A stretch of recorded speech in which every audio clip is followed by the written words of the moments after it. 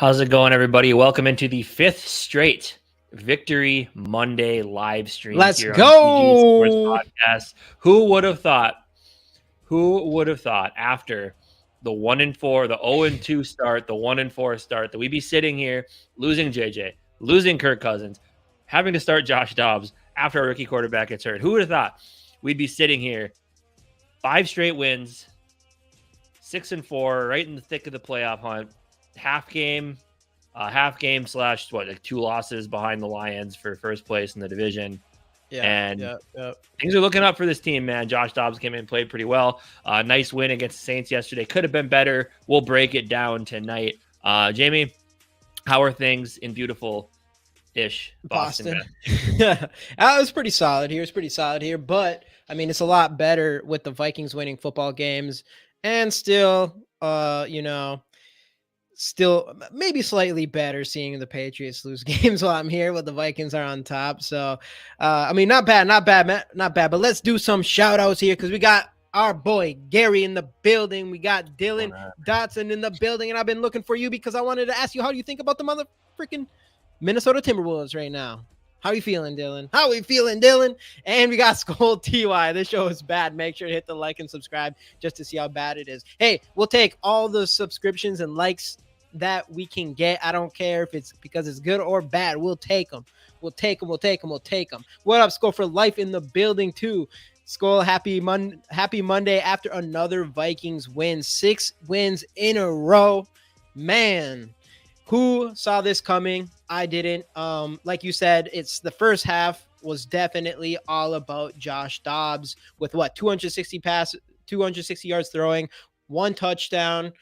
1 on the ground, 44 yards rushing, and that rushing touchdown was absolutely phenomenal to watch. Yeah. And this is without the biggest thing of all. The biggest thing of all is no turnovers by him. He plays a very clean game. I mean, the little bobble pass that ended up going into Jordan Addison's hand, that was a little scary, I guess. But overall, fantastic game for him, and you got to be pumped up about that. And I guess, hey, everybody in here, of course, another show, another Justin Jefferson rookie card. So get those #SKOOOOOOLs in here and like the video if you have not already. And another thing, actually, we should talk about, we just released a video. So go out after this, go check out that video. It's short, like it, all that good stuff. But the Minnesota Vikings bring in the boy, the man, the myth, the legend, Anthony Barr back on this squad. And hey, I like it. Obviously, you'll get a more in-depth of our opinion of this Anthony Barr signing after this is over and you go watch our video here. There we go. We got those #SKOOOOOOLs and we got Two-Tone Tony. Hey, Two-Tone, did you ever hit me up? With I don't think I seen an email from you with that last card. So go hit me up. Hey, how about Nose in the building? We got the boy, my guy Zoe, my guys. How y'all doing, Skol? Hey, we're on a win streak. We're loving that. Yeah, get those hashtags in there. Let's get it. This season went from garbage to gold. Let's go. All right, yeah, so back to that game. So obviously, first half, Dobbs, our defense, amazing. Second half, kind of a different story. You get KOC, and this is my KOC playing conservative. That's what pretty much you can just put it to that. I mean, the defense allowed a couple touchdowns, ultimately get 2 interceptions to kind of seal this game, but KOC comes in and plays a conservative game. He doesn't go for it on 4th and 3. Lets the Greg Joseph kick the ball. He doesn't challenge that 4th and inches, and I think he should have even went for it when you have an athletic quarterback like Josh Dobbs and you see everybody doing the little tush push thing or whatever that's called these days. I think you do need to mention the reason he didn't challenge his 4th and inches because of that really questionable Jordan Addison challenge earlier. Like, I mean, upon watching that from the sideline angle, like, it was not good. Not a good challenge by the coach there, but man, what a catch or what a keeping his feet in was awesome. Yeah. And I do think we're nitpicking a little bit here because, I mean, obviously we'll kind of get into what happened in the second half. But, I mean, Kevin O'Connell, it's pretty obvious. And the biggest thing, like Josh Dobbs is starting to get some national recognition, of course, because he played really well these last 2 games. But I think Kevin O'Connell is starting to gain the respect and actually get some people are talking about him now within the national media areas with like NFL.com on NFL Network and ESPN because of the job he is doing coaching this team. I mean, he said it himself today in his press conference. He's like, and this is really the story of his season so far, I think, where, I mean, there's still some things to do. But at the end of the day, I think he's been doing pretty good. Hey, thanks so much for the $5. How about no? We really do Yeah. appreciate that. Thank you, thank you, thank you. We had some monetizing issues, so we actually just got our super chat up. We were able to make our GG Sports podcast officially LLC. So We're business hey, we're owners. official now. Let's Yeah. go. Let's go. Oh, sorry. But he said that there's no rule in the NFL saying that you have to stay the same and you can't evolve throughout a season. And that's honestly the last month what Kevin O'Connell has done. He's had to evolve on the fly, losing Justin Jefferson for 5 weeks now, losing Kirk Cousins to an injury, bringing in a quarterback who doesn't know the offense, barely knew the people on the team. And the way that these last couple weeks have gone really cement me in knowing that we have the right guy. I mean, what was the guy? Is it Joe Tannenbaum, like former GM for the Jets, said like the Vikings have a superstar head coach for the next 20 years, and we're finally starting to see that. Yeah. Does he still have some things to change? Yes. I mean, we talk about the second half. He did mention that today. He said it's a very fine line. He said it may be boring football, but he said it is that very fine line of trying to do enough to win the game while also not trying to be too conservative. And he said that exact thing. The one thing that I was a little concerned about is he did say like, we're back to -3 in the turnover margin. Hey, Gary, thank you for the $5. We really do appreciate that, man. Let's go. Appreciate you.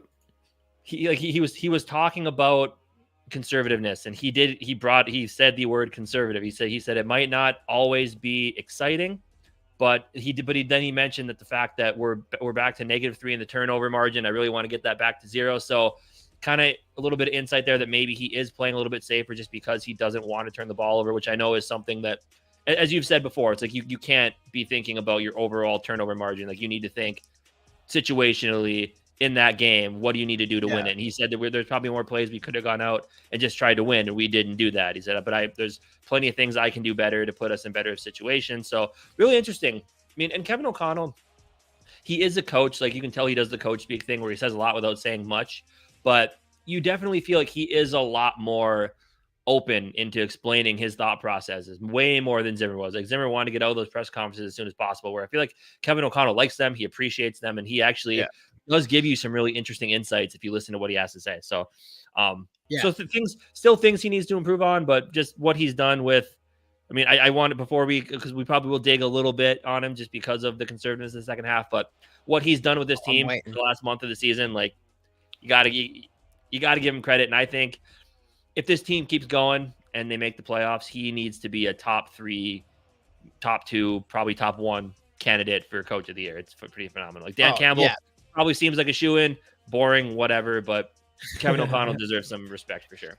Dude, 100%. And I mean, back to the conservative thing. That's the thing with this. I mean, I get it. He definitely was conservative. And it was funny because I did write in our group chat, and I don't know if TY is still in here, but TY Catch 84. But in there, I was like, I'm ready. I was like ready, just be like, hey, I think the conservative of our team was on Kirk Cousins and not so much on the play calling and stuff. And then KOC decides to come out in the second half and be very conservative. Though I can see, because with Kevin O'Connell, like this is the first time I believe. All right, Jamie, Anthony Edwards is a problem. Hey, what up, Strictly Ball? What up, dude? Hey, what up? Are we looking at him playing in the upcoming years? I get that thought process, and I mean, there's a lot to think about going into next year. But I was listening to The Fan this morning, and they definitely brought up the fact of just like, why does everybody need to look forward to next year? It's I guess it's exciting too, but at the same time, now that the team is winning some games, let's just enjoy the ride. You know, let's go week by week this year, see what we can do this year, and as soon as it's over, then we can kind of look at the overall overarching picture about what we do going forward. Obviously, I get it. Future conversations fun to have, especially since Josh Dobbs, if he keeps playing this way, could be the guy. But yeah, 100%. And just back to the conservative thing here. The thing with him is I don't think ever since Kevin O'Connell has been head coach, I don't know if we've ever been in a game where we're up 27-3.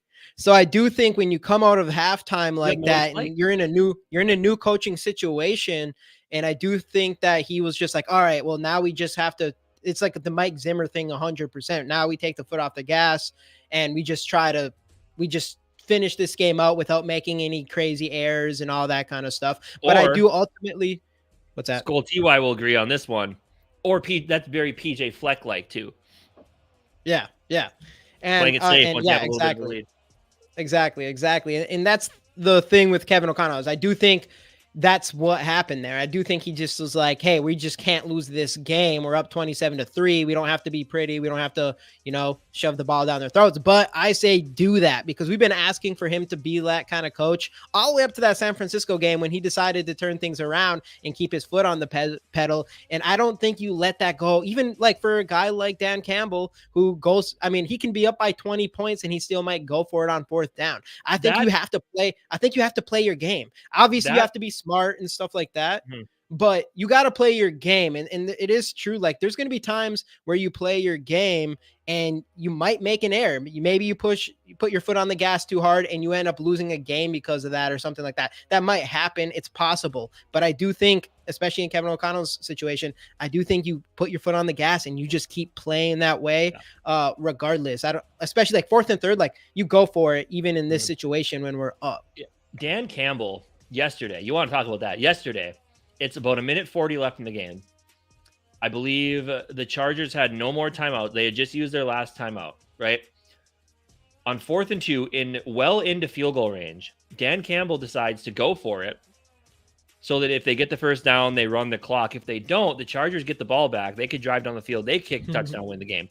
Dan Campbell decides to go for it. They convert on that 4th and 2. They go on, hold on to the ball, kick the field goal as time expires, win the game. Like that. It's one of those things where if it doesn't work, people are scratching their heads looking at Dan Campbell like, what are we doing here? But the fact that he did it and it worked is amazing. But the fact that you need to have that belief in your team that my team can get 2 yards. Like Kevin O'Connell yesterday in that situation. Like, my team can get 3 yards easy. I'm going to put him back out there. That's where he needs. I mean, I don't want him to go full on Dan Campbell because Dan Campbell sometimes takes too many risks for me personally.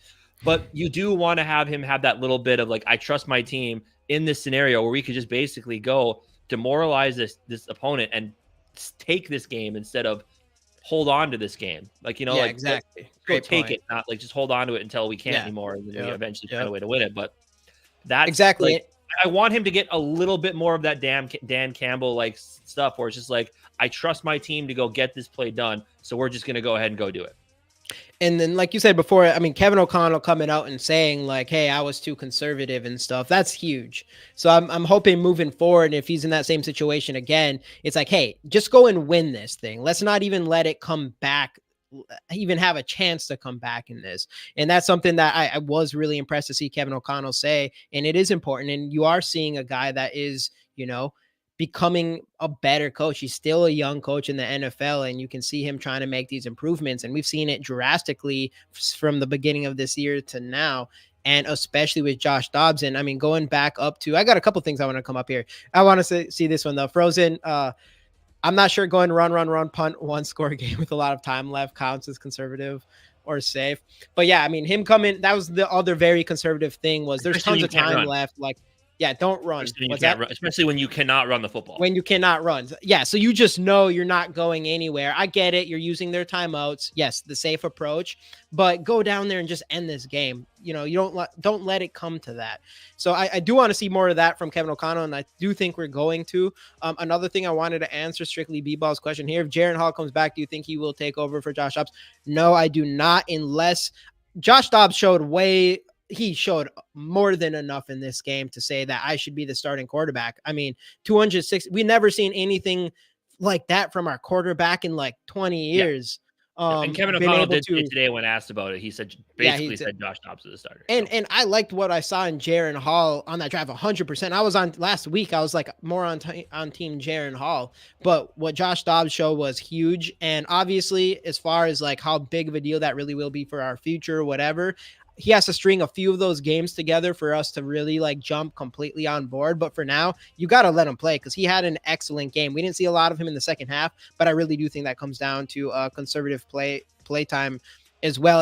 And one other thing, I saw someone up here. Where was it? Was Reisner a great signing for what? Which wants me to bring this up real quick. Let's see. All right, we got our boy SK with the tweet. Reisner is going to be an absolute insane next week against the Denver Broncos. This is a play I kind of missed until I remember the play obviously, but I didn't really see this. Did you see this, Casey? Mm-hmm. This The was kick. the kick, not just the kick, but him coming out of nowhere and bulldozing the line here. I I'd mean, say you gotta maybe love I'd say this right maybe here. muted, by the way. Boom, Woo. boom. We don't need to get Minnesota sports talk demonetized over here. We'll be good. We'll be good. Look at this though. You just gotta love this right here. Him coming in and just boom, and then with the little kick, dink. I love that. I love that. That A was lot of awesome. athleticism You for gotta him as love well. the energy that Reisner has brought into this team. Hey, RAP in the building. Let's go. We got Anthony Barr. Yeah, we were just talking about that. We were talking about that. They were at the 35. Yeah, dude. He came sprinting down the field. That was awesome to see by him. So I was excited for that as well. And I'm excited for him going forward. But yeah, the Anthony Barr stuff. Obviously, like I said, we made a video already on all the Anthony Barr stuff that we dropped. So y'all should definitely go over there, hit a like. Probably should watch it as well, but we'll take a like. But yeah, I mean, overall, I liked Anthony Barr signing. The fact we had to bring him in, that whole scenario is weird with Jordan Hicks, how he had the shin contusion, and then eventually it became something a little bit worse. Kevin O'Connell said like it was, I can't remember exactly the word he used for it. I know there's like a medical phrase for it, but basically he said the training staff thought it was, basically bad enough to get him into the hospital, have some of that fluid drained to get the swelling down. He had to have a quick emergency surgery on it. So hopefully he heals up because he's been playing absolutely phenomenal this year. I want to see him back on the field as soon as possible. Yeah. And that's with Anthony Barr. I think he's going to be Anthony Barr ultimately will be put on the practice squad. I would not be surprised if we see him on the active roster this Sunday. But yeah, hopefully Jordan Hicks has been a huge part of this team and arguably the most consistent defender we've had this year. So we definitely would like to see him back. Though it is nice, it's cool to see Anthony Barr. I like when they go grab these old veteran players and you know how tight he is with guys like Harrison Smith and Daniil Hunter. They're good friends back when Anthony Barr was on this team. So I'm sure that will help bring their morale up and all that good stuff as well. But compartment syndrome can permanently damage nerves and other tissue tips. Okay, thank you for that. Yeah, yep, that's what it was. So yeah, it sounds pretty scary to me for something that people kind of just thought was a minor injury when it happened. So hopefully he came back out, didn't he? He did for a couple plays, yeah. Then he left again. Yeah, speaking of guys that are injured and play through them, how about the game by our boy, the highest paid tight end, but the number one tight end in the league, TJ Hawkinson. 11 for 134 in that touchdown. Yeah. Yep. 11. What was it? 11 for 174, you said? 134. Couple plays where he took some big hits and, stayed down for a little bit, but eventually got back up and just kept balling out. Like, love to see it, man. Absolutely love to see it. Oh, yeah. Madison, of course, out with the concussion yesterday. Ty Chandler stepped up. Unfortunately, Brian O'Neill holding call wiped out a really nice touchdown run for him, but got into the end zone on that wildcat run in the red zone there. 15 carries, 45 yards. The one touchdown was nice. I definitely think, we said the same thing with Cam Akers. Like, if Madison's back next week, like obviously if he's not, it's moot point. Of course, he'll get more carries. But even with Madison in there, we need to see some more Ty Chandler, and it's unfortunate at this point that we're not. I think Ty Chandler has a lot to show, especially like not only in the run game but in the pass catching game as well. So hopefully we get him back. Yeah, and that's a thing with Madison. It'll be interesting because we probably don't have Madison this week, and it'll be interesting to see what we do at the running back position. But outside of that, you have to feel like Ty Chandler deserves some more touches regardless of that injury or not. So that'd be a interesting thing as well. But I thought the refs were terrible. Yes, that penalty on Daniil Hunter had to have been like one of the worst penalties I've seen. He did. He had his hand like here, right? Yeah. But the other guy ripped his helmet off. Like that's one of those. Yeah. You say they both did it. You just call it. You don't throw any flags. It's like, did he have his hands in his face? Sure. But the fact that he got his helmet pushed off his head and nothing happened to the other guy is absolutely ridiculous. Absolutely ridiculous. I know it's crazy for them to say 99 hands in the face or whatever, and then it just shows the replay with Daniil Hunter's helmet getting ripped off his face. Yeah, man, I don't know. It's the refs usually aren't on our side, but hey, That's all right. We don't need them to be. We don't need to be. Not with our Vikings right now, anyways. You know what I'm saying? Well, it'll be interesting to see how we do keep going up. But wife surgical nurse said that the DR probably had to cut the Ooh. bone to relieve the pressure. Oof. Yeah, dude, that's Oh. tough. That's But tough. what That's exactly tough. is like? What exactly? Hey, let's go, Gary. That's actually hilarious. You're Yeah, I right. forgot about that. Is a contusion basically like a bruise? Is that kind of? I mean, I hear it all the time, and I guess I should probably look up what it is. I don't I think necessarily. it is. I think it is. I think it's like blood being in like one area under your skin. I think something like that. Okay. But But luckily, yeah, it sounds either way, like very he's good. scary situation for a guy who's played really well this year, and just Yeah. obviously he's a captain on this team as well. So just what he means to that locker room is huge. So hopefully, again, said it multiple times. Hopefully he's able to get back, avoid injured reserve. I guess we'll know in the next I couple know days here. Kevin O'Connell. I mean, who knows? He was kind of spare with it, but he said that that like hopefully he's only out for like a week or something like that. So I mean, overall, it sounds like he's all right enough where Kevin O'Connell was okay with saying 1 week, even though it seems like it's going to be something that's going to linger longer than that. Crushing a soft tissue usually bruise, but can be worse. Okay. Okay, got it. I did want to kind of go through some PFF grades here because I've yet to really look into them too much. So let's get some PFF grades. They just came out. Be prepared to this injury second level. Yeah, definitely. Let's start with our offense here, though. Can you get that better view for on our side? There it is. Yeah. There it is. All right. So PFF grades from this game. Obviously, TJ Hawkinson with a 93.3. Amazing game. We already talked about it. Not the best pass blocking, I guess, but 93.7 in the pass, 11 catches is insane. And he has the most catches by any tight end in the NFL right now. Huge safety blanket for Dobbs and playing with a broken injury or a broken rib or whatever it is, rib injury. 3 tight ends at the top, huh? Yeah, Johnny Munt 80, Josh Oliver 74.9, Brian O'Neill even with that holding with the 74.4. The best number 3 tight end in the NFL, Johnny Munt. Yeah, dude, Johnny Munt is nothing but making first downs. Same from last year. That dude, he put the ball in his hands, and it's an automatic first down almost every time. Christian Dare saw 73.4, Ed Ingram 73.1, Addison 67.9, Bradbury 66.5. So some good pass blocking in this game. Ty Chandler 65.3, Dobbs with a 64.6. This was a little bit lower than I was expecting. Must have been the second half. CJ Ham with that 81.5 pass block, though. Y'all see that. Keeney, we got Brandon Powell, who's been a nice play. He's been stepping up. I feel like this dude's deserves some credit. Had a big third, or was that a fourth down catch he had yesterday? Third down catch. Third down catch, yeah. Big catch. Dalton Reisner's down here. Big catch, move the chains. Yep. Big one. All right, let's get the defense on here. Check them out real quick. Boom. So we also made another video about Mekhi Blackmon because I think he deserves some respect that we'll be dropping tomorrow morning. But we got Mekhi Blackmon. Actually, Caleb Evans did get number 1 here with 81.3, 82.1 in coverage. But then Mekhi Blackmon, who did have one of the big interceptions, 76.6 with 76.9 in coverage. Andrew Booth, corners.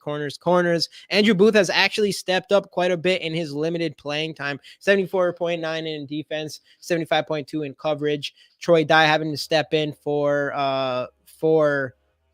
now I can't even say his name. Jordan Hicks, 72.9. Cam Bynum with another very solid game, 69.1. Josh Metellus looked really good early on, and he was putting on the pressure big time. Is definitely the fact that just a jack of all trades in this defense is super fun to watch. Yep. 67.8, 66.8 from Harry, 65.5 from Theo. Daniil Hunter, 65.4. Another sack. He has 11 on the year. That's something else we can talk about is Daniil Hunter, 11 on the year. Didn't get a single vote towards defensive player of the year, midterm defensive player of the year, which is insane. Ivan Pace Jr., 62.5 is going to have to really step up, like Casey said.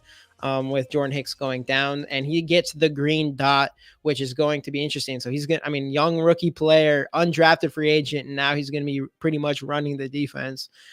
Jay Ward, 60. Byron Murphy, slouch game. Did have the big interception at the end, though, 59.4.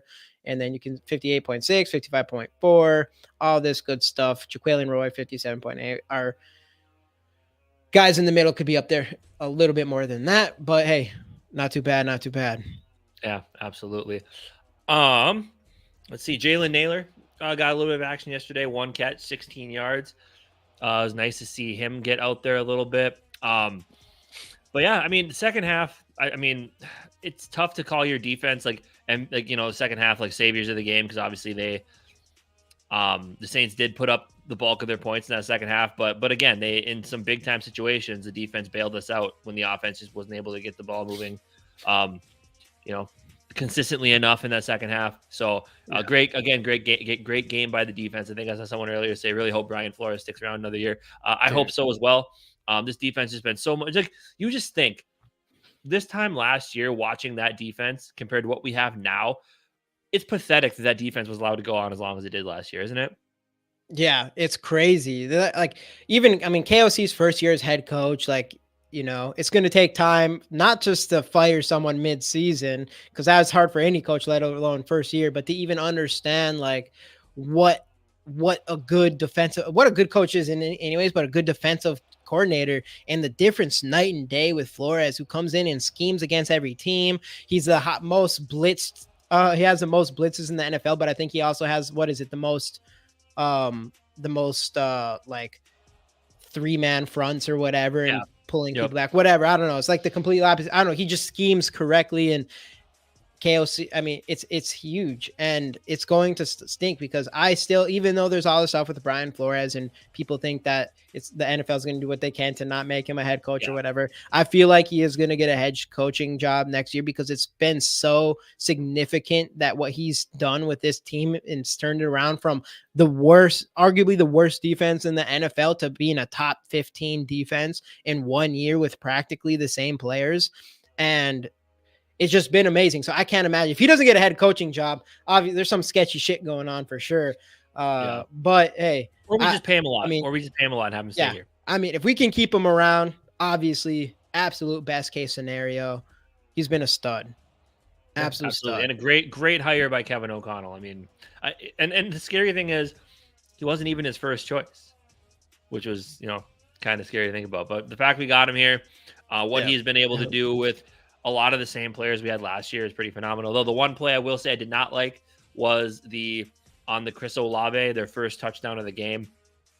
Basically had all 4, drop 4 in coverage, and they're all right at the goal line. So I mean, Murphy was still in decent position there, but all Olave had to do was just run to the back of the end zone, jump up, catch the ball, and that was pretty much it. But that's a great point, because we're talking about conservative with Kevin O'Connell, and Brian Flores was a little bit conservative too on the 4. It was like 3rd and 14 or something like that. And we brought everybody back, and they just threw it to, we knew that they were going to get, we knew it was going to be 4 down territory for them. So it's like, you shouldn't be pulling off your players in that situation right now, because exactly what they did, they threw it to Kamara short, and he ran for 10 of those yards. And then they're 4th and 4. Yeah, exactly. So that was definitely an example of us being conservative on defense, and we got to play better and make better decisions there as well, I think. Mm-hmm. Absolutely. B-Flow will contain Wilson. We will sack him at least 3 times. He will throw us 2 picks.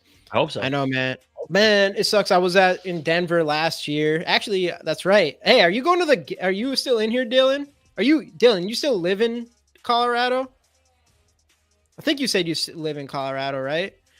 I know you're a Nuggets fan, but let me know if you're going to that game. But it sucks that last year I would have been in Denver, and this year I won't be, because I could have went to the game. And last year we played the Patriots. I think we played them at home, though. I don't know. I want to see that SFL so bad. B-Flow get 2 sacks. What are you saying? Okay. That was Blackman's guy. The one, are you talking about the second touchdown, the A.T. Perry touchdown? Was Blackman's guy? Was it? It might have been. I mean, I think he was, but at the same time, I mean, Jameis Winston throws it across his body, and Murphy, all right, first off, it's not even really on. I mean, Murphy can't be in a better position. That was just an amazing catch by A.T. Perry. and shouldn't happen. But Murphy had more than enough time to get to him as well. And I that was a tough play. Like you don't usually that expect was. quarterbacks to be making. That's like terrible. I mean, nobody does that. I mean, that could have those are kind of plays could easily get picked off and ran for a touchdown. Hey, what up, my boy Cody Blackwood in the building? Let's go. Let's go. Let's go. All right. But What yeah, else? man. I mean, What else we got? I mean, as far as obviously, this game Lions goes, won. Packers lost again. Bears won on Thursday Night Football. So as we mentioned, Vikings are still. What are we? We are half a game, technically a half game out. 2 losses, hey, 1 win out. what Game up, and a half. Justin? First place in the division. I don't know, man. Those Lions though. Lions look pretty explosive on offense, and their defense. We know the Lions were going to be good. We knew they were going to be good. We also knew the Bears and Green Bay were not going to be good. There's people who had us at the bottom of the division, which is insane. And not just that, man. Dudes here, like the fans have the Packer fans. I wish we had who's the Packer fan that we always have in here? Angler. I wish Angler was in here because the fans have he won't show his face in here the rest of the year. Come on. Yeah, well, especially with the fans being so against Christian Watson now. Yeah, Christian Watson. Like I see fans saying he's their 4th best wide receiver. I think half of Jordan Love's interceptions are going towards Christian Watson. So all the Packer fans who wanted to say that Christian Watson was going to be better than Justin Jefferson got so mad that last year the biggest disappointment isn't what we gave to Green Bay and Detroit. It's the fact that we missed out on a chance to just take Kyle Hamilton at 12, right? Because we traded down and the Lions Club grabbed Jameson Williams, who at this point hasn't done anything. And then obviously we trade with the Packers. They get Christian Watson, haven't done anything. And so at the end of the day, when Lewis Cine, like I said, next year shows us he is the best kept secret on this Minnesota Vikings defense, that trade is going to be just wins all around, especially since it ended up becoming, again, Andrew Booth Jr., who has looked better in these past few weeks, and Ed Ingram, who is finally, kind of coming into his own along that offensive line and actually playing pretty well. So, again, you look at those trades at the time, which is why they say you can't really grade a draft till you're about 2-3 years down the road. But right now, everything we did there, other than just taking Kyle Hamilton, is looking pretty good for the Vikings right now. If Lewis Cine turns out to be something, if he doesn't, then it's probably just kind of a wash, and you could have. But then it's going to be a you could have, should have, would have had Kyle Hamilton. He still probably should have. It would have been great, especially since he's been playing so well since his rookie season. But at the end of the day, the biggest thing is we gave the Packers and Lions guys who these guys are going to be their top receivers on those teams forever, and they're not. So, yep. Was listening to Packers vent line. They do not like. Is it Dobbs or Hobbs? Who's Hobbs? Don't know Hobbs. Or Watson. Yeah, dude. I mean, that whole team's a dumpster fire. And I wonder I think they're going to be pulling as so much hope as they can get on Jordan Love, but I just don't think he's that guy. I think it should be obvious now that he's not that guy. Those guys looked and sounded so sad, just bleak confusion. Hey, there's nothing better than the Packers sucking. It's just, It's so great. It's so great. Yeah, and hey, they're tied with the Bears right now, I think, right? So they're coming to be the worst. A half game ahead of the Bears because they are they. Just don't let them keep losing, because please do Packers not let them get Drake May. Please don't let they can have whatever that. Don't give them Drake May or Caleb Williams. Just don't do that. That would be the most annoying thing ever. Is they leave Aaron Rodgers come have the worst record in the NFL and get one of the most hyped quarterback that we've seen in a long time. No, can't have that happen. Happen. Yeah. Either way, great to see the Packers sucking. It's phenomenal.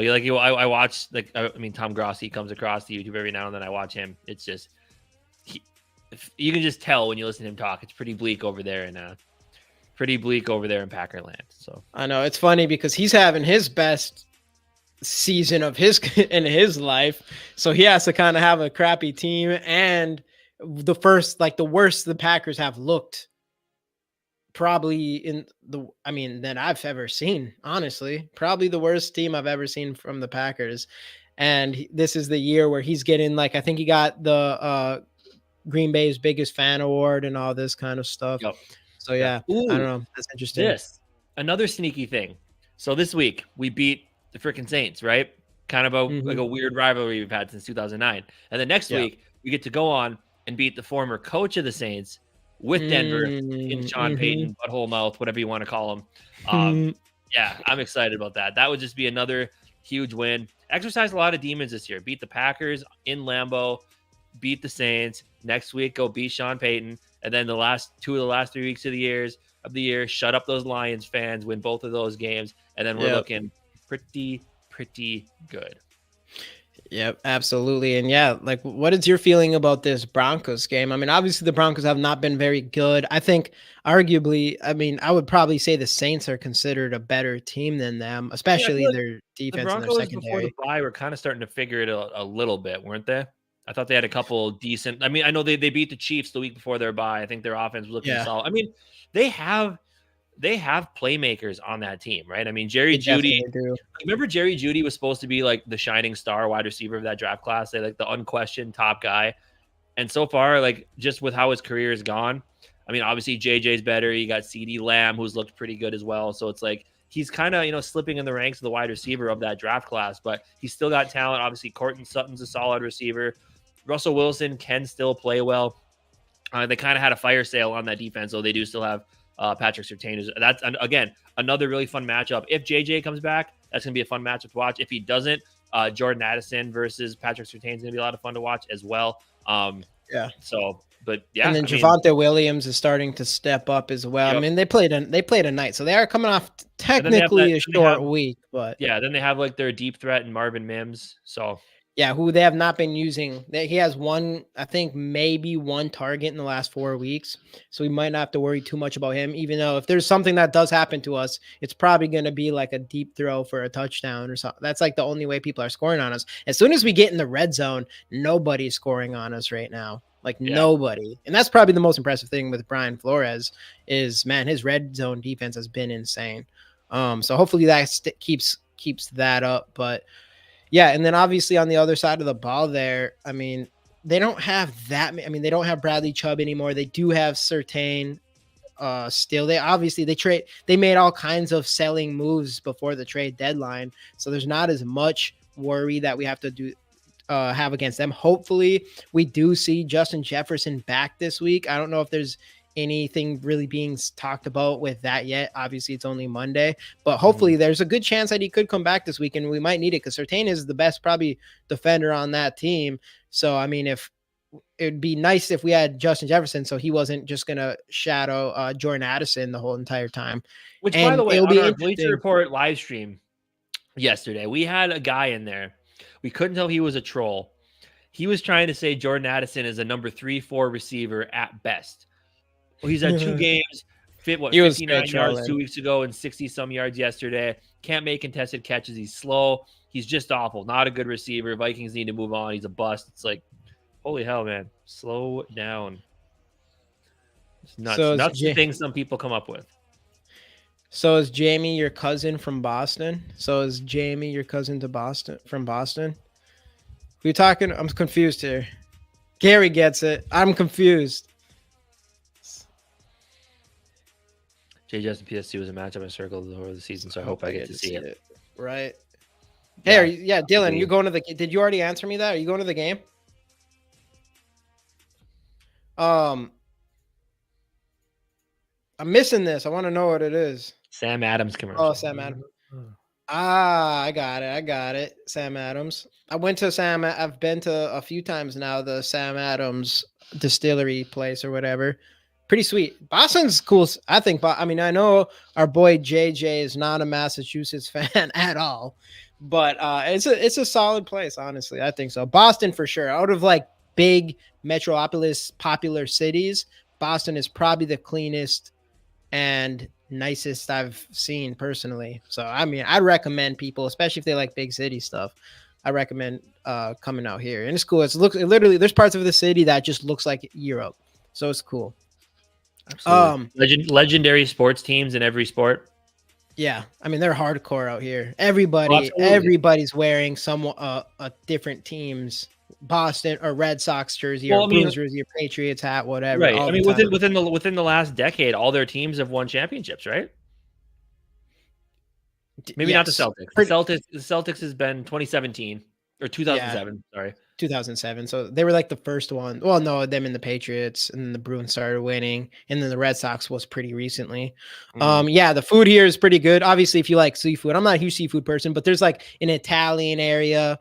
Obviously, there's tons of Italians here. So I mean, as far as Italian food places, crazy on that. Dude, there's a lot of good stuff here. I'm not going to the game, but I'm excited for this one. It's going to be a good one. I think the Vikings should win this. Hey, what's going on? Hey, thank you, McAndrews. What's up, dude? We appreciate the fiver. That. Team's clicking, dude. It is. And Josh Dobbs. I mean, let's talk a little bit more about him and what is everybody's feelings on Josh Dobbs right now? Because I think by the end of the first half, like what I don't really, I'm kind of confused on what's going on with him, because at the end of the first half, everybody is like, you know, this guy's the future of the Minnesota Vikings. And by the end of the game, people were like, all right, but he had bad throws and stuff, and you know, he should be the starter and stuff. But I'm like, in the second half, he didn't really do anything big, but I felt like his conservative play calling. So where is everybody at with Josh Dobbs right now? Like, I mean, there was the one play where he took a sack. It did look like, I mean, that was the first time I think I'd seen him panic.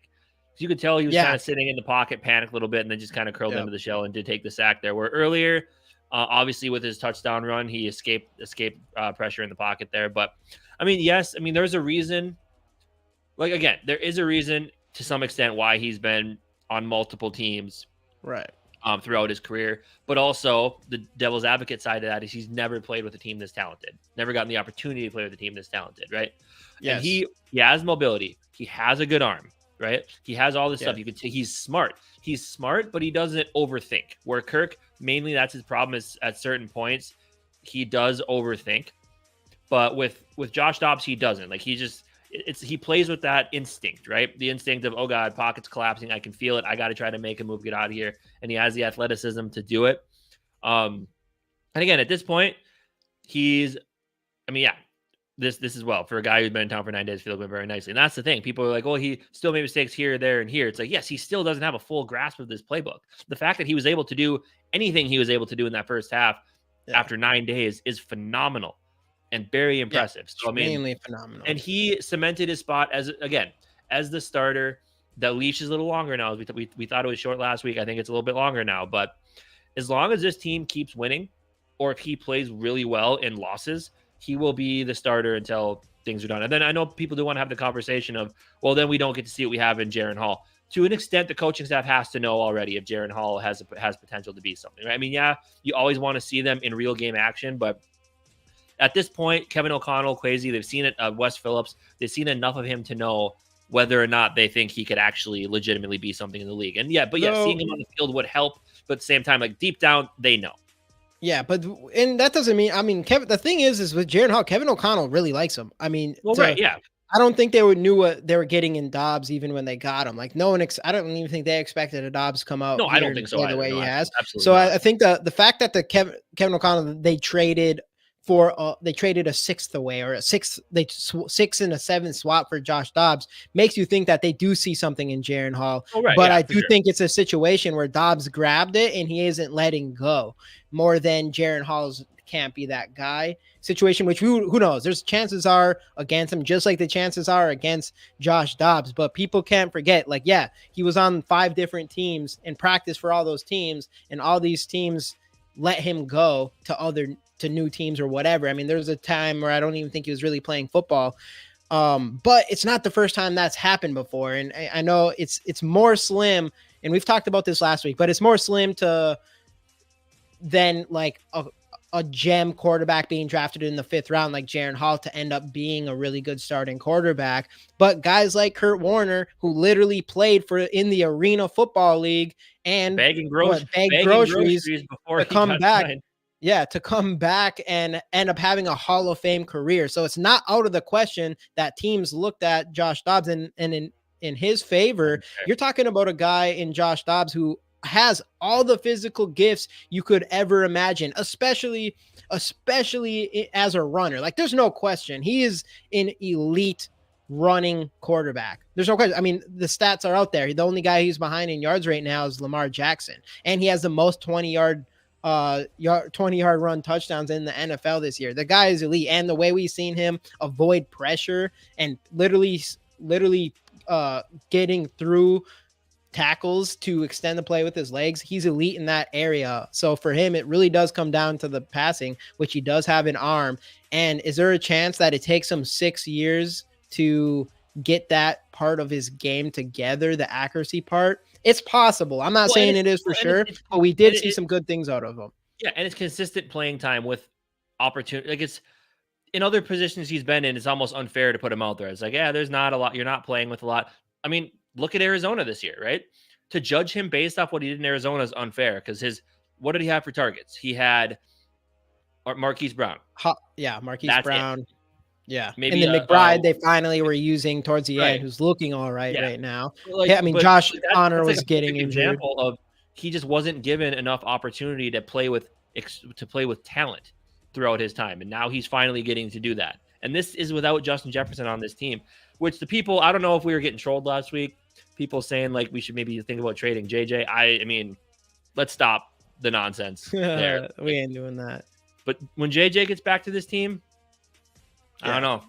It's going to be interesting. And that's what I think. Josh Dobbs played way better than I was expecting. I was hoping for something good, and I was expecting a turnover. The fact that he played safe football on top and it wasn't just his crazy runs and stuff like that, but his decisions to throw the ball away when nothing was there and the pressure, he wasn't able to get away from the pressure and all that stuff. Like, that is obviously veteran stuff that you might not see from him 3 years ago, 4 years ago, 2 years ago, on these other teams. He might not make those decisions. And that's something that you see from someone who has the physical gifts, maybe could turn that around. He could. And I mean, obviously I'm still very hopeful, and I do need to see a couple more games string together out of him to actually truly believe that, hey, he could turn this thing around. But yeah, it's right to Sarah said, and I was actually going right into this. So perfect timing, Sarah. It's like, how do we feel about, I mean, how does it look to have a quarterback that can use his legs and get out of pressure? And I've talked about this on Bleacher Report, but it's just, there's plays during that game. There's no question Kirk Cousins gets sacked, and then that drive is dead, flat dead. Or I think, and probably in the same vein, it probably still does kill the drive, but I do think with Kirk, there is more check down opportunities, and the fact that he can't extend plays to the ability that Josh Dobbs can, I think that's where we get caught in a lot of those check down situations, where Dobbs is fewer check downs, but the ability to stretch, to scramble around and be able to toss the ball downfield. So it's been huge. It is fun to watch. And I'm a guy who I am pro Kirk. I mean, if Kirk was still our quarterback, I do still think we would be winning these games, because the offense still did get aggressive in those weeks with Kirk, before the 2 weeks with Kirk before he got hurt. But I will say, like, just watching what else can happen in and like, and again, I don't like the running quarterbacks, but Josh Dobbs, and you can tell, and it's been brought up multiple times just since yesterday, it's just the fact that while he scrambles, the eyes stay downfield all the time. Yes. Like he even fooled somebody with a pump fake, didn't he? Like, when he already passed the line of scrimmage, did a little pump fake, kept running. Like, it is nice to see. And even me, who is a Kirk guy, like, I am more pro Kirk than anti Kirk. I love seeing this. Like, it's different. And the fact that he's smart with it, you know, like, you can be that, you can scramble around all you want, but if you still make bad decisions, then who cares? Like, honestly, kind of like Lamar Jackson does sometimes, where he didn't look too good yesterday. It makes him in some errant throws that you just shouldn't make. Josh Dobbs, being the aerospace engineer, is smart, and he knows how to use the abilities that he is gifted with / improved on throughout his life. So I love it.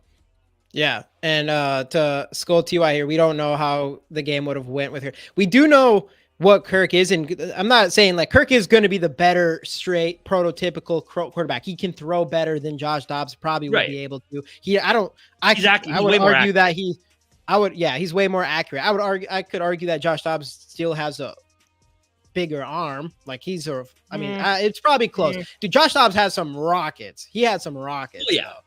I would say it's not too far. I'm not going to say he's way more or anything than Kirk Cousins, but the difference is, I mean, it has to be telling to say that Josh, two of the top three highest scoring games this year came with Josh Dobbs under center and not Kirk Cousins. Kirk Cousins did drop 28 against the Philadelphia Eagles when we were coming from behind, but ultimately ended up in a loss where Dobbs drops 31 and 27.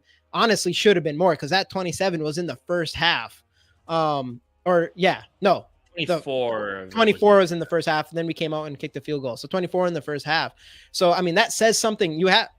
Kirk fans have to admit, like, it does bring a different dimension to this team. There's of course times in these games where Kirk Cousins is going to get sacked. Like both those times from the game win, the 4th and 8 that from last game that Dobbs ended up converting, and then this game with the touchdown, that's 100% a sack on Kirk Cousins that Dobbs turned into converting a 4th down and a touchdown. So that's that's pretty significant. And in my opinion, regardless of what you feel about Kirk Cousins, I'm definitely, I don't know if it's Dobbs is going to be the guy, but it does show me, I think we need, and I've said this prior to all this going down, but it confirms it to me that we need a quarterback that does have the ability to stay mobile in the pocket and extend plays with his legs.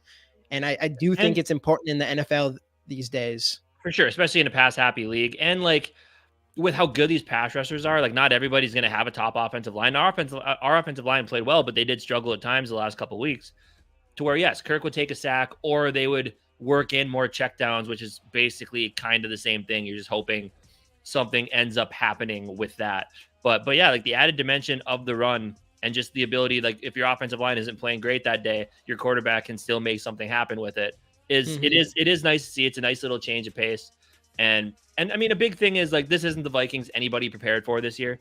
So it'll be interesting to see if we can keep it up throughout the season. And I think Kevin O'Connell is going to have to keep things rolling with how he's calling plays and how he's coaching this team.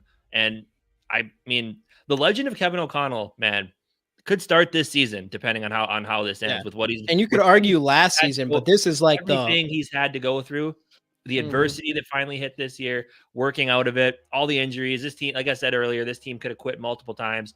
They didn't, and it's a testament to him, the leadership on the team, which does include Kirk Cousins, and Justin Jefferson being hurt, still being around, and basically tweeting out yesterday, "I can't wait to get back and start playing with this team," basically killing any beliefs that he ain't gonna play this year at all. Kevin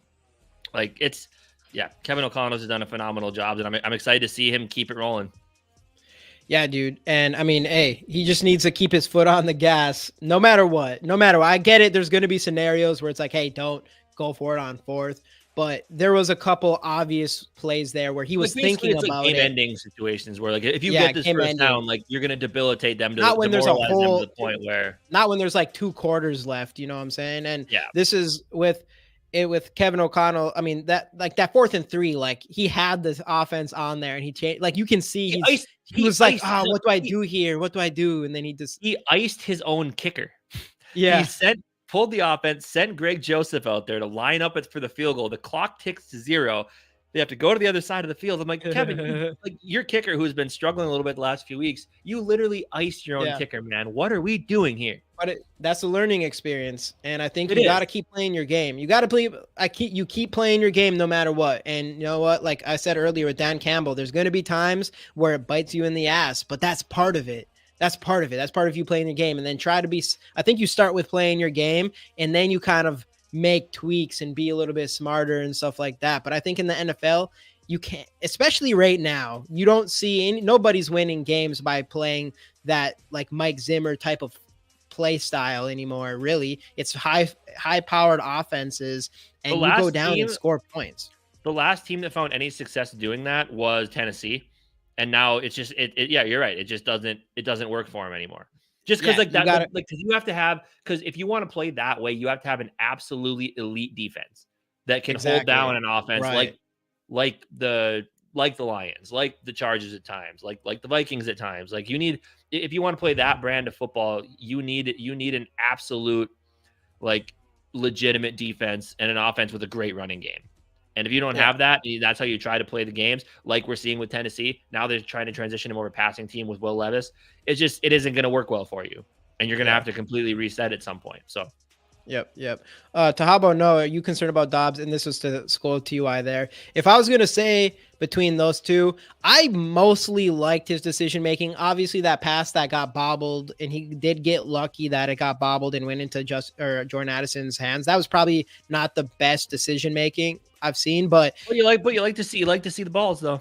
Well, yeah, you like to see the ball. So I mean, mostly in this game, I enjoyed it. I liked his. I thought he made very good decision making, and like I said before, there was times where he wanted to extend the play with his legs. He didn't see anybody downfield that was open, and he made the decision to throw the ball out. So that's huge to see from him because I was worried about that. So I guess for me, I'm not concerned about his arm from as far as like arm talent and his ability to throw deep, but from an accuracy standpoint, I do think that is the one thing that we're still worried about it. I mean, even that, and you did mention we do also have to see him after he does get sacks or does get sacked and the pressure comes on, because you were right, when he did get sacked and took that sack, he did kind of look a little bit nervous out there, and he ended up throwing, I forgot, it was right towards the end of the game, but he missed, I think it was TJ Hawkinson to the left, had a little curl route or whatever, and he like missed. It was a really bad throw. You guys probably even know exactly what I'm talking about. But that was right after taking that sack, so you could see that pressure come on a little bit, and that was an accuracy problem. So for going forward, I do think we continue to see like where his accuracy is at, but mostly in this game, I mean, he can make all the throws, and he did have some really good ones. So yeah, it'll be interesting. And this was a really good game to watch him succeed the way he did. But I do think you have to see him put a few of these games together before we can really be like, okay, I know some people want to say like, hey, what's our future look like? But I'm telling you, if he's looked like he did in that first half and he does that in consecutive games, like 3 games in a row or whatever, or finishes out the season like this, then you're going into this offseason with a lot of decision making, because he played fantastic in that first half. We'll know by the end of the year whether or not, because I mean, let's be like, because yeah, you got the Broncos who are beatable, you got the Bears at home Monday Night Football, that's a winnable game. Bye week. Then the Raiders in Vegas, which is winnable. We saw last night. They don't look that good. I mean, obviously they have some good mojo flowing there with Antonio Pierce being their head coach. Like, things are different now. But eventually the whole interim coach thing does wear off. Eventually, though, I think the last time someone was really successful, the interim coach, was the Raiders when they beat the Chargers to make the playoffs. But after that, Bengals, and then 2 or 3 weeks against the Lions, with honestly, kind of a mini trap game in there with the Packers coming into US Bank Stadium for a Sunday Night Football game. So that last quarter of the season, man, that's going to be telling. So that's why, I mean, we need Josh Dobbs, or whoever I assume will be Josh Dobbs at that point. We need him playing his absolute best ball. So he needs to build his confidence, which he's already started to do throughout these next few games here. Because when you get to that stretch, that's going to be where that'll, I think those last 5 games, those last 4 games are going to be the story to this Viking season, whether or not they make the playoffs or are able to make a legitimate run. Because that's a tough, like, we started off hard, now we're hit that nice little middle part of the schedule. But after that, though, man, like Bengals, Lions, Packers, Lions, that's gonna be a fun stretch of games. Dude, it is. Hey, what up, Skull Mafia in the building? Our boy, what's up? Do you guys prefer watching the Mannings or regular broadcasts? I like the Mannings. I like them as well. I would rather just watch the. But they never do our games. And I do want to. They did the Niners game. Did they? Yeah. I guess I forget. I don't watch. I'm not watching a regular TV. I forget about that. That's why I didn't see them. I know. I wish I did. I actually didn't get to see that. Dang. But I like them. I think they're funny. I like when they have guests sometimes. Obviously, it kind of takes away from the actual game. So maybe I would prefer to watch them when it's other people's teams than our own team, because they're like, the game's smaller and stuff. But it's always nice when your team's playing good and you got like the Manning brothers talking your team up and stuff, Mm-hmm. Again, guys, Justin Jefferson rookie card. I was supposed to get some Jordan Addison cards, but I do think they didn't make it. I think they got lost in the mail or something. So hopefully I figure that out and I'll go grab some. But get those hashtag skulls in and like the video if you haven't already. All that good stuff. Subscribe to the channel if you haven't already. All that. We'll run this pretty quick here. But yeah, I don't know. Absolutely. I think it'll be interesting. I know with the whole Kirk thing, like, yeah, you don't know how he would look, how Kirk would have looked in this game, whatever. But it is telling, I mean, to some extent, that it's not all Kirk Cousins' fault or anything like that. But with Kirk Cousins, it was our offense does look like it's a different element when you got someone Oh, for that can sure. run. But And that's no, because, I mean, we're literally scoring more points. We're not but playing we from were behind. We're not we doing all we these were things. being aggressive in the Niners game as well as before he Yeah, got we hurt in the were. Packers game, though. So I mean, Yeah. it's fair to it is definitely fair to an extent. Like to say that Josh Dobbs doesn't bring a different element to this game would be an absolute lie. Like I mean, it's Right, obvious that right. what he can do makes it different. But the aggressiveness thing, we were starting to show a little bit of that at the end there with Kirk as well, which I think is just. And like you said, I mean, there's so many factors into why this team wasn't as aggressive as they should have been throughout the Yeah. entire season. There's so many different factors.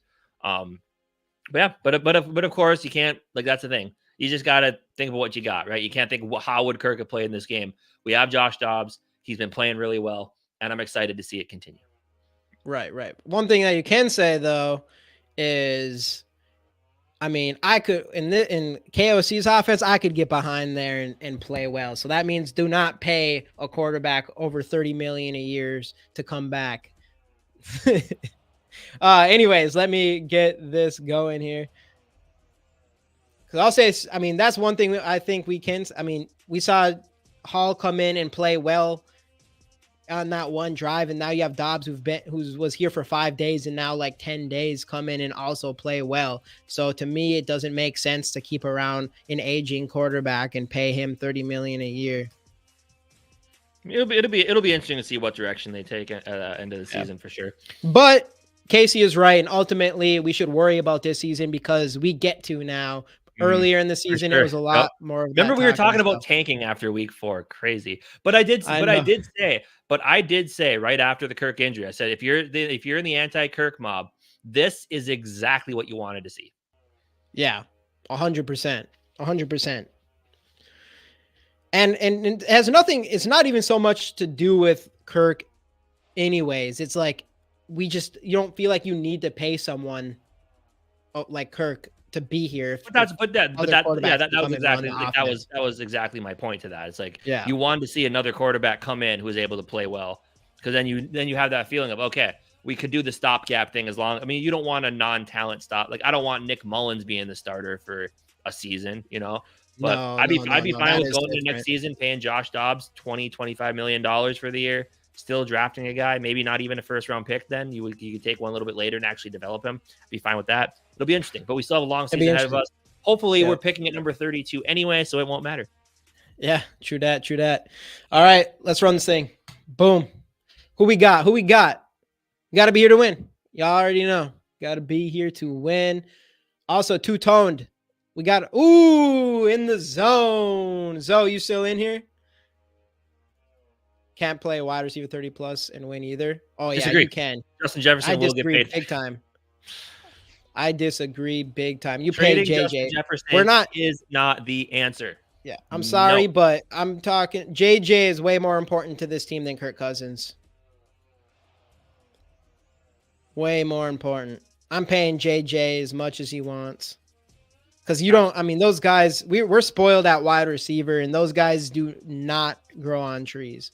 They don't. And that's how I feel about good defensive ends. I understand how in a pass-happy offense you can want to trade away the best receiver in the league. I disagree with you both. Joey, not pay Kirk and not pay JJ? I'm paying JJ. I'm doing it. But here's I know I get the 5-0 argument without Justin Jefferson, but this is what we needed because the coach had to learn how to coach without having the best player in the game. And now you take the best receiver in the game and you interject him into this offense. You don't need to force feed him anymore, and you use him to open up for Jordan Addison. So Jordan Addison doesn't have to have a 50-some yard game or a 60-some yard game where he's lighting up the scoreboard. And then they have to shift focus to him, so then JJ can go do more, and which leaves TJ open. It's just, this is what you want.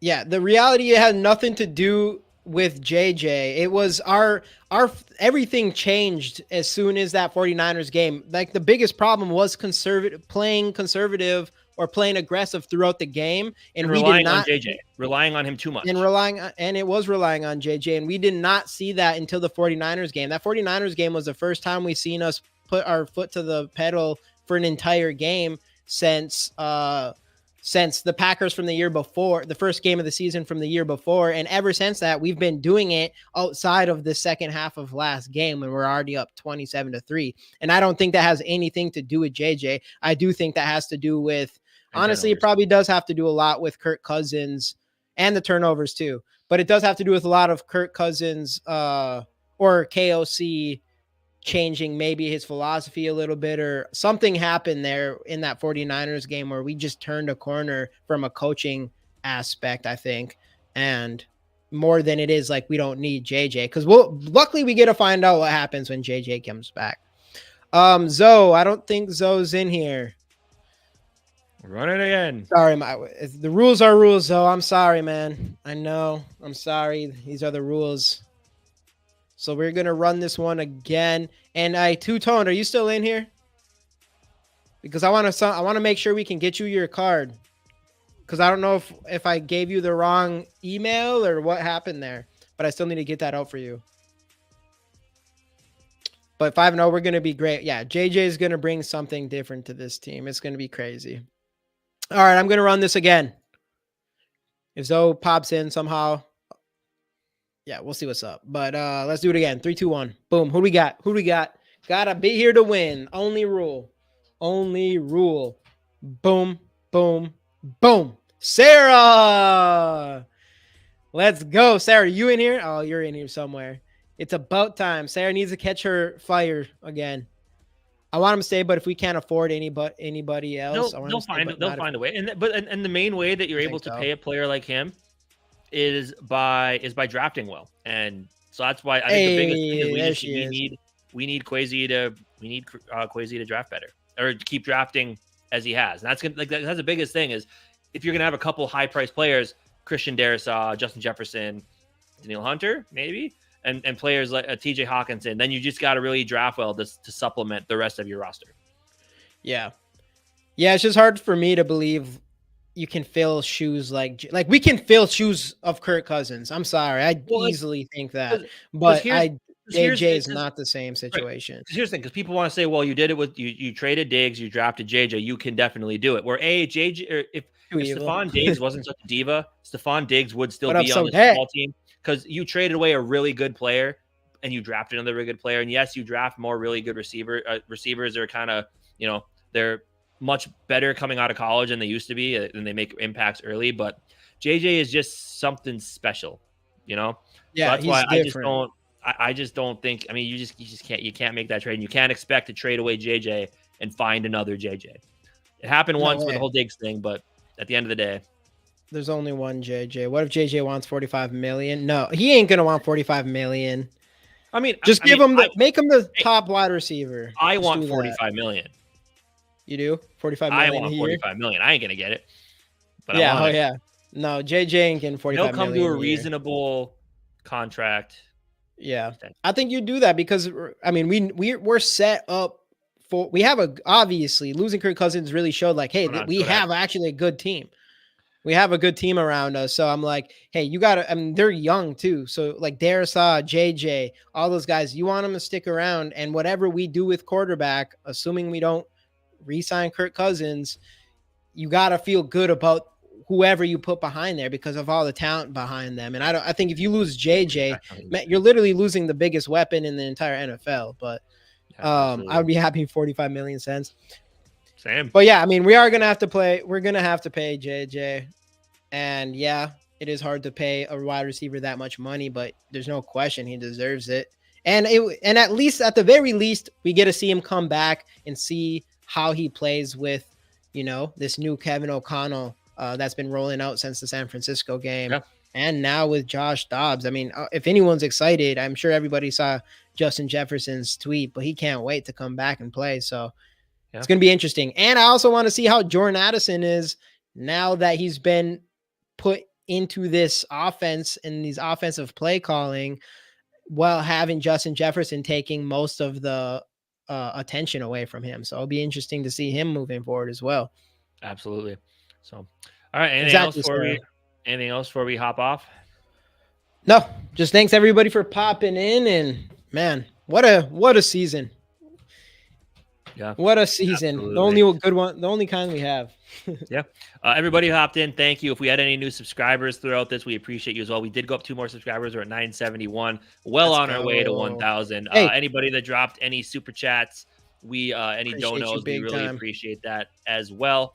And yeah, we'll see you 29 guys. subscribers away from giving away that Daniil Hunter auto.